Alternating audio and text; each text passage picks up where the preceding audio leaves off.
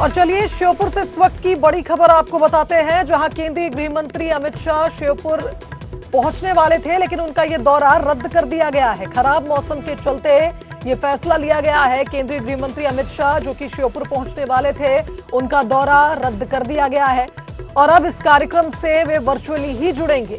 केंद्रीय मंत्री नरेंद्र सिंह तोमर और अश्विनी वैष्णव सभा स्थल पहुंच गए थे। जन आशीर्वाद यात्रा की शुरुआत यहां से होनी थी और केंद्रीय गृह मंत्री अमित शाह, चूंकि मौसम बिगड़ा अचानक से, इसके चलते अब सभा स्थल पे नहीं पहुंचेंगे, लेकिन वर्चुअली इस कार्यक्रम से जुड़ेंगे। तो बता दें कि इससे पहले मंडला में जन आशीर्वाद यात्रा को हरी झंडी केंद्रीय गृह मंत्री ने दिखाई थी और उसके बाद उनको श्योपुर पहुंचना था, लेकिन अब खबरें हैं कि उनके इस दौरे को रद्द कर दिया गया। खराब मौसम को देखते हुए सुरक्षा की दृष्टि से यह फैसला लिया गया है और अब केंद्रीय गृह मंत्री वर्चुअली इस कार्यक्रम से जुड़ेंगे और यात्रा को हरी झंडी दिखाएंगे। इसके अलावा अगर बात की जाए अन्य नेताओं की, तो केंद्रीय मंत्री नरेंद्र सिंह तोमर और अश्विनी वैष्णव सभा स्थल पर ही मौजूद हैं। इस कार्यक्रम में केंद्रीय गृह मंत्री को भी पहुंचना था, लेकिन खराब मौसम के चलते उनका यह दौरा रद्द कर दिया गया।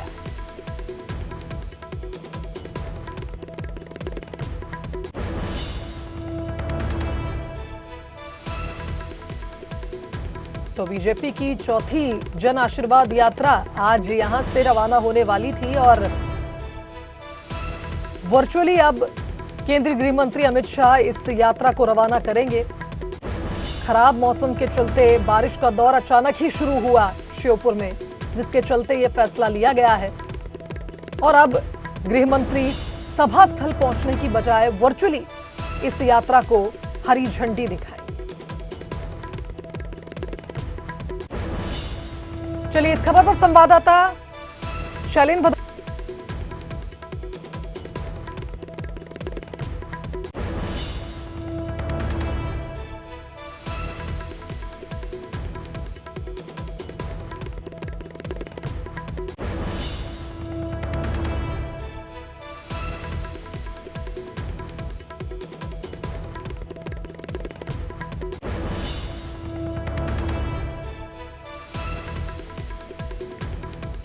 तो आपको बता दें कि इससे पहले मंडला में केंद्रीय गृह मंत्री अमित शाह ने जन आशीर्वाद यात्रा को हरी झंडी दिखाई थी। तीसरी जन आशीर्वाद ये यात्रा थी।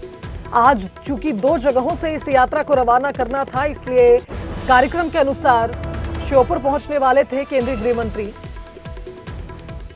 चलिए अधिक जानकारी ले लेते हैं। संवाददाता शैलेंद्र भदौरिया हमारे साथ श्योपुर से लाइव जुड़ गए हैं, उनका रुख कर लेते हैं। शैलेंद्र, ऐसे क्या हालात वहां बन गए? अचानक ही मौसम बिगड़ा, जिसके चलते अब केंद्रीय गृह मंत्री सभा स्थल तो नहीं पहुंचेंगे, लेकिन कार्यक्रम में वर्चुअली जुड़ेंगे। देखिए, बिल्कुल जिस तरीके से ग्वालियर में तेज बारिश का दौर जारी और यही कारण है कि अब उनका दौरा यहां पर रद्द कर दिया गया। हालांकि तमाम जो केंद्रीय मंत्री हैं, चाहे नरेंद्र सिंह तोमर की बात करें या अश्विनी वैष्णव की बात हो या स्थानीय जो लोग हैं, वो यहां पर जरूर पहुंचे हुए। आपको सीधी मंच की तस्वीरें दिखाता हूं कि खुद केंद्रीय मंत्री अश्विनी वैष्णव और नरेंद्र सिंह तोमर जो है वो कार्यक्रम स्थल पर पहुंचे हुए। अभी अश्विनी वैष्णव ने कार्यक्रम में संबोधन भी दिया। उसके बाद अब जो नरेंद्र सिंह तोमर है वो कार्यक्रम को संबोधित करेंगे। बताया जा रहा है कि जो खराब मौसम के चलते उनका यहाँ आना जो दौरा है वो रद्द हुआ है, लेकिन वर्चुअली तरीके से वो यहाँ पर जरूर जुड़ेंगे और जो पब्लिक उनको सुनने के लिए पहुंचे हजारों की संख्या में, उसको जरूर संबोधित करेंगे। वर्चुअल तरीके से ही वह जो रथ है उसको हरी झंडी दिखाकर रवाना करेंगे। तो जिस तरीके से तमाम जो तैयारियां हैं वो बीजेपी की तरफ से इस कार्यक्रम को लेकर की गई थी। मंडला के बाद उनको श्योपुर के दौरे पर आना था, लेकिन जिस तरीके से ग्वालियर में लगातार बारिश का दौर जो शुरू हुआ है उसके चलते अब उनका दौरा रद्द हो गया। तो कहीं ना कहीं कार्यकर्ताओं में थोड़ी सी निराशा जरूर है, लेकिन जिस तरीके से अभी इस मंच से ये बात को बताया गया है कि भले वो यहाँ नहीं आ पा रहे हो, लेकिन वर्चुअल तौर पर वह इस कार्यक्रम को संबोधित जरूर करेंगे। तो आपसे कुछ देर बाद वो वर्चुअल तौर पर जुड़ेंगे और कई जो महत्वपूर्ण बातें हैं वो वर्चुअल के माध्यम से बताएंगे। लेकिन कार्यकर्ता जो है वो बहुत सुबह से वो केंद्रीय मंत्री को सुनने के लिए पहुंचे थे। काफ़ी भीषण गर्मी स्थिति है, उसके बावजूद भी बड़ी संख्या में जो लोग हैं वो वहाँ पहुंचे थे। लेकिन अभी फिलहाल जो जानकारी है उसके अनुसार उनका दौरा अब रद्द हो गया और केंद्रीय मंत्री नरेंद्र सिंह तोमर और केंद्रीय मंत्री अश्विनी वैष्णव जो है इस कार्यक्रम को फिलहाल संबोधित करेंगे। जी बिल्कुल शैलेंद्र, एक और जानकारी आपसे ये भी चाहेंगे कि जिस तरह से देखिए रथों का इस्तेमाल किया जा रहा है इस बार जन आशीर्वाद यात्रा की भव्यता को और बढ़ाने के लिए, तो अब चूंकि जब यहाँ हरी झंडी दिखाई जाएगी तो जैसा कि आपने जिक्र किया तेज बारिश हो रही है, ऐसे में क्या यात्रा को अभी इसी वक्त रवाना किया जाएगा या थोड़ा डिले भी हो सकता है इस पूरे कार्यक्रम में? देखिए, मैं आपको बताऊं कि ये जो बारिश का दौर है वो ग्वालियर में जारी है और उनको चूंकि जो मंडला से जबलपुर से उनको ग्वालियर एयरपोर्ट आना था और ग्वालियर एयरपोर्ट से बाया हेलीकॉप्टर श्योपुर आना था। चूंकि तेज हवाएं भी चल रही है और बारिश का दौर जारी है और यही कारण है कि वो ग्वालियर से श्योपुर नहीं आ पाएंगे। तो यहाँ अगर बात करूँ मैं वर्तमान में श्योपुर में बादल जरूर छाए हुए हैं लेकिन किसी तरह की कोई बारिश अभी तक नहीं हो रही है। तो वैसे भी यात्रा को आज श्योपुर शहर में ही रहना था क्योंकि आज रात्रि विश्राम जो है श्योपुर में होगा और कल सुबह जो यात्रा है वो विजयपुर की तरफ रवाना होगी। तो फिलहाल जो यह कार्यक्रम है उसमें यहाँ के कार्यक्रम में कोई बदलाव नहीं किया गया है। जो मंत्री यहाँ पहुंचे हुए हैं वो संबोधन देंगे, जो नेतागण पहुंचे वो यहाँ संबोधन देंगे और जो कार्यकर्ता यहाँ पहुंचे उनको केंद्रीय गृह मंत्री वर्चुअली संबोधित करेंगे और हरी झंडी भी दिखाएंगे। आज यात्रा जो शहर है श्योपुर शहर, इसी में उनका 4 किलोमीटर का केवल एक लंबा रोड शो है। रोड शो के बाद जो है इस यात्रा को आज रात्रि विश्राम यहाँ दिया जाएगा। कल सुबह जो है वो यहाँ से रथ जो है श्योपुर के लिए रवाना होगा। बिल्कुल शैलेंद्र, क्योंकि मंडला वासी काफी ज्यादा उत्साहित नजर आ रहे थे, बड़ी संख्या में आपने दिखाई थी तस्वीरें हमें किस तरह से लोग यहाँ पर मौजूद थे, तो क्या उत्साह में कोई कमी आपको नजर आ रही है या जैसा शेड्यूल था सब कुछ वैसा ही चलेगा, बस केंद्रीय गृह मंत्री वर्चुअली सबको संबोधित करेंगे? देखिए, थोड़ी सी जरूर है लेकिन जिस तरीके से खुद मंच से बात की घोषणा की गई है कि वो वर्चुअली तौर पर जुड़ेंगे, लेकिन जिस तरीके से जो उत्साह कार्यकर्ताओं में था केंद्रीय गृह मंत्री को सुनने का संभवतः उनका पहला दौरा था श्योपुर का, इसके पहले वो श्योपुर नहीं आए तो लोग जो है वो बड़ी संख्या में उनको सुनने के लिए पहुंचे थे। लेकिन चलिए शैलेंद्र, आप बने रहिए हमारे साथ। केंद्रीय मंत्री नरेंद्र सिंह तोमर संबोधित करने वाले हैं, वो सुनाते हैं हमारे दर्शकों को।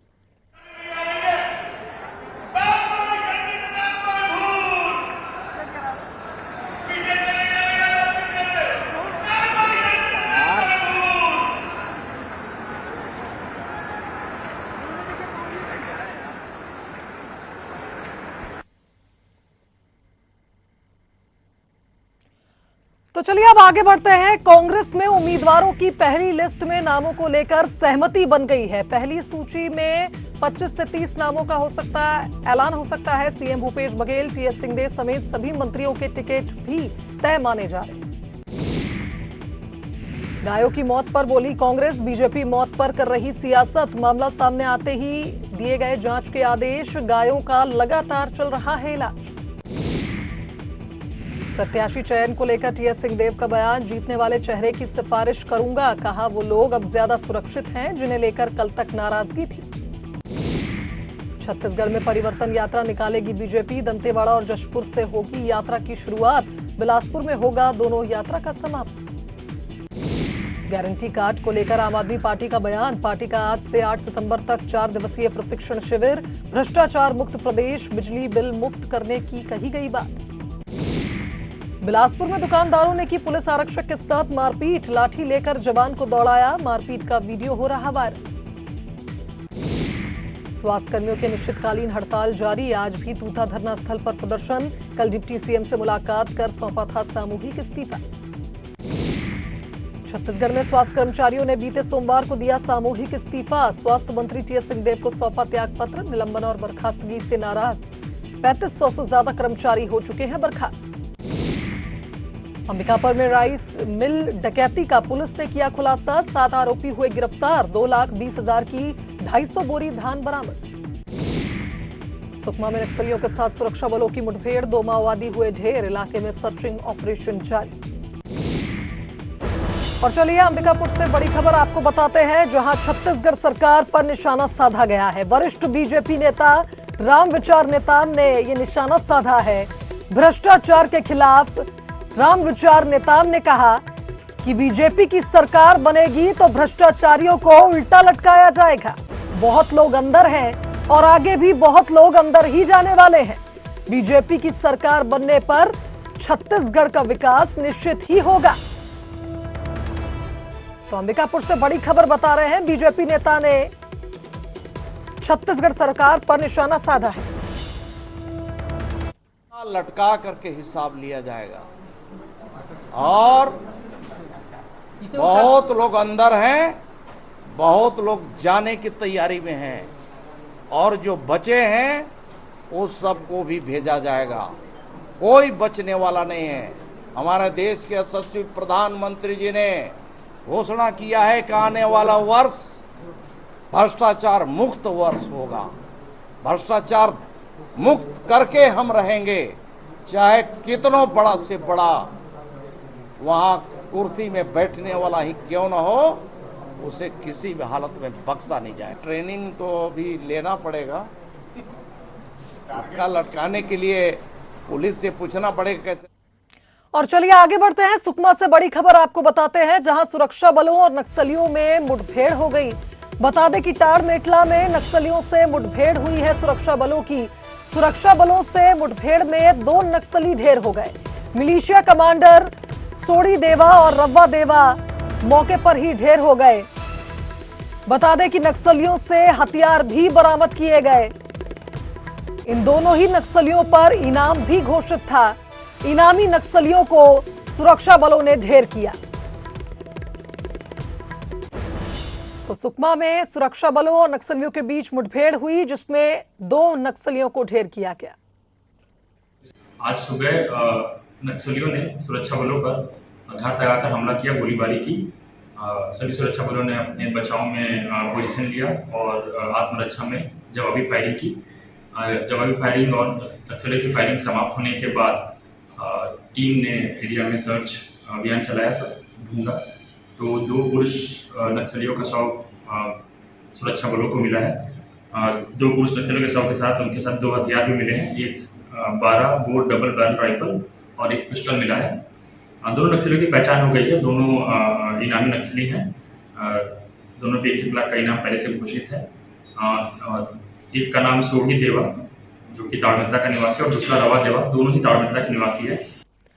तो देखिए, लगातार लाल आतंक को खत्म करने के लिए सुरक्षा बलों का ऑपरेशन जारी है और इस बीच बलरामपुर में भी नक्सलियों की बड़ी साजिश को नाकाम किया गया। पुंदाग के खैरी दामर में करीब 6 किलो का आईडी सुरक्षा बलों ने बरामद किया। जंगल में ही इसे डिफ्यूज कर दिया गया। सीआरपीएफ और जिला बल की टीम इस मौके पर मौजूद थी। सामरी थाना क्षेत्र का मामला बताया जा रहा है, जहां एडिशनल एसपी चंद्रेश सिंह ठाकुर ने इस पूरी घटना की पुष्टि की है। बता दें कि नक्सलियों ने यहां आईईडी प्लांट कर रखा था, जिसे डिफ्यूज कर दिया गया। 6 किलो का आईईडी यहां पर प्लांट किया गया था।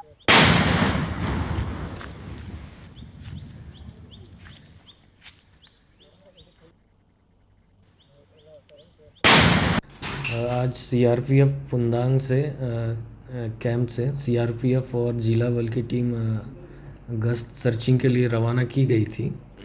इसी दौरान जब ये सर्चिंग कर रहे थे तो खैरी दामर एक जगह है जहाँ से आईडी होने की शंका हुई और बीडीएस टीम द्वारा जब चेक किया गया तो वहाँ लगभग 5 से 6 किलो की एक आईडी बरामद हुई है, जिसे बीडीएस टीम द्वारा सुरक्षित डिस्ट्रॉय कर दिया गया है और उस पर आगे की कार्रवाई की जा रही है। वहाँ से केवल एक आईडी ही प्राप्त हुआ है।